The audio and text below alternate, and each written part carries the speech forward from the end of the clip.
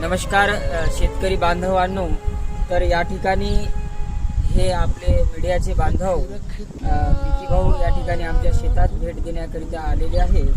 तर तुम्ही पाहू शकता आपल्या ह्या कपाशीचं प्रचंड प्रमाणात नुकसान झालेलं आहे। मागच्या 3 ते 4 दिवसात अतिशय मुसळधार त्या ठिकाणी पाऊस पडल्या कारणाने शेतीमध्ये त्या ठिकाणी प्रचंड प्रमाणात पाऊस भरलेला आहे आणि याच्यामुळे शेतमालाचे प्रचंड नुकसान या ठिकाणी कपाशीचे पीक तुम्ही आपल्या शेतात या ठिकाणी पाहू शकता की कशा प्रकारे हा कपाशीचा पीक या ठिकाणी एक प्रकारचे ह्या पाण्यात फसून एक प्रकारचं मरणासन्न आलेलं हा पीक आहे।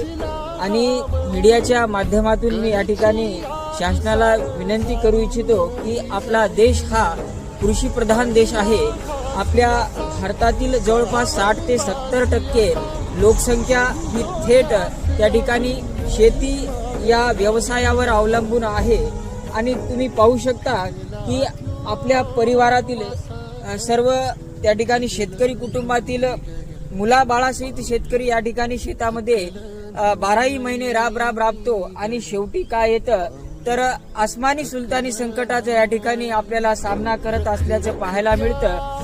आणि एक प्रकारे शेतकरी हवालदिल झालेला आहे या परिस्थितीमध्ये।